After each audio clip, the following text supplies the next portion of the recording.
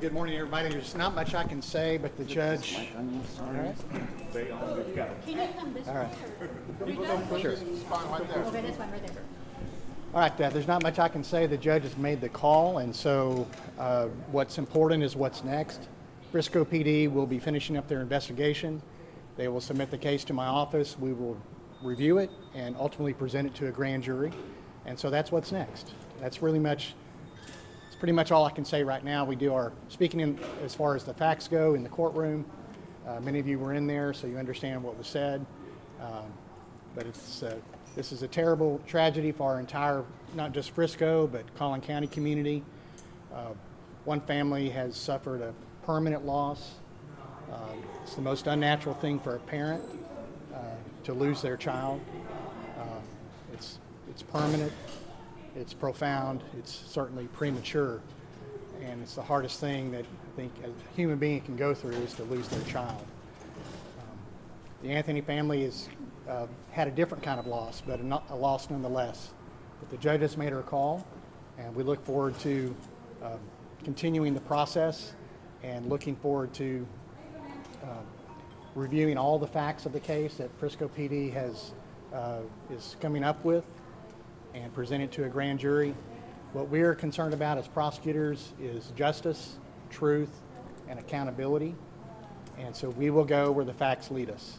Thank you so much. Could you speak about the security and the vitriol and just the safety even for the judge and your officer?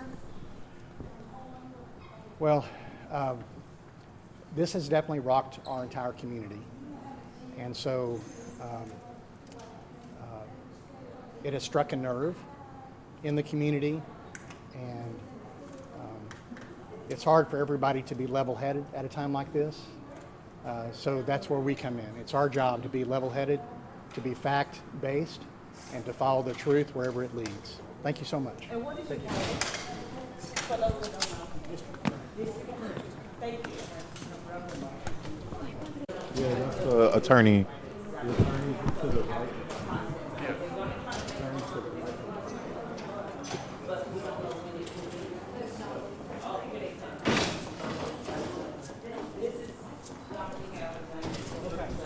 We can't do this in here.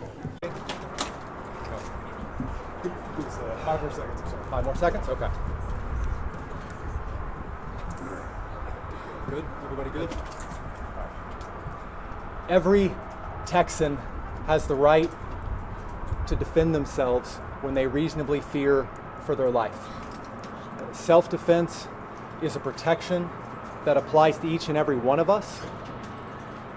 There are two sides to every story, and Karmelo is a 17-year-old kid and an excellent student. He is the captain of his track team. He is the captain of his football team. And prior to this, what was on his mind was what college he was going to go to. This is a tragedy all the way around for both families. Rushing to judgment, trial by public perception and trial by media is not how we ensure justice is done. We are confident that after a full investigation, that the truth will come out. Thank you. Mike, you took umbrage with the state's assessment that this was simple and brutal. Why so? Well, the fact of the matter is, like I said, there's two sides to every story, and we've only heard one side. In any criminal case, the police investigate, and the defense is always far behind that. And so it is a one-sided investigation to this point, and even that investigation is still ongoing. So to say that it happened this way or that way is just not accurate at this point. All of the facts are going to come out, and that's why our system of justice requires that we keep our minds open and we let the facts come out as they are after a full investigation. Is your client going to be able to make bond and get out today? I anticipate that he will be able to make bond. I can't speak to how quickly that will go. Funds, in the funds that have been raised are not quick to come out. and then there's obviously a process to the release process once bond is posted. The big question that a lot of people have is why was this young man armed on school property? That's an understandable question, but it's not something that, frankly, we're prepared to even go into. This is something that I know the police and the prosecution want to get it right and want to have a full and fair investigation, and so do we. So it would be irresponsible for me or them at this point to start saying, this is what happened, this is why, anything. So I understand that's a big question. It's going to be a big question, and it's something that we will find out, and we ask that the public, as hard as it is, withhold judgment and let both of these families have justice, that let both of these young men, the Metcalf family and the memory of who they've lost, but also Karmelo, have a fair and full justice process. Ultimately, your feeling on the reduction of this bond, you feel it's fair? Yeah, I feel it's fair. Bond, as the judge said, is not supposed to be an instrument of oppression. It's not supposed to keep people in jail. It's not supposed to punish. It's supposed to ensure that a person shows up to court, complies with all conditions, and it's supposed to keep the community safe. So this is a large and substantial bond, and the judge has, I think, rightly imposed reasonable conditions that will ensure both Karmelo and the Anthony family's safety, but also the safety of the community. What was Karmelo's reaction today? He didn't seem very talkative toward you, and how has jail, I guess, been so far for this teenager, and is he on suicide watch or anything like that? I honestly can't speak to Karmelo's reaction because I was so focused on the hearing and what was going on and what the judge was saying. I think we have to all remember Karmelo is a 17-year-old kid who's never been in any sort of trouble before.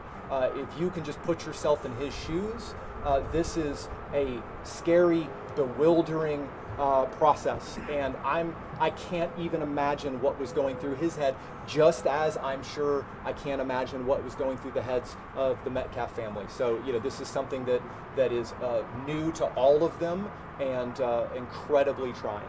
So for people who want to know, why were you selected? I mean, what is your experience? I mean, you had to be really good. I can't speak as to why I was selected.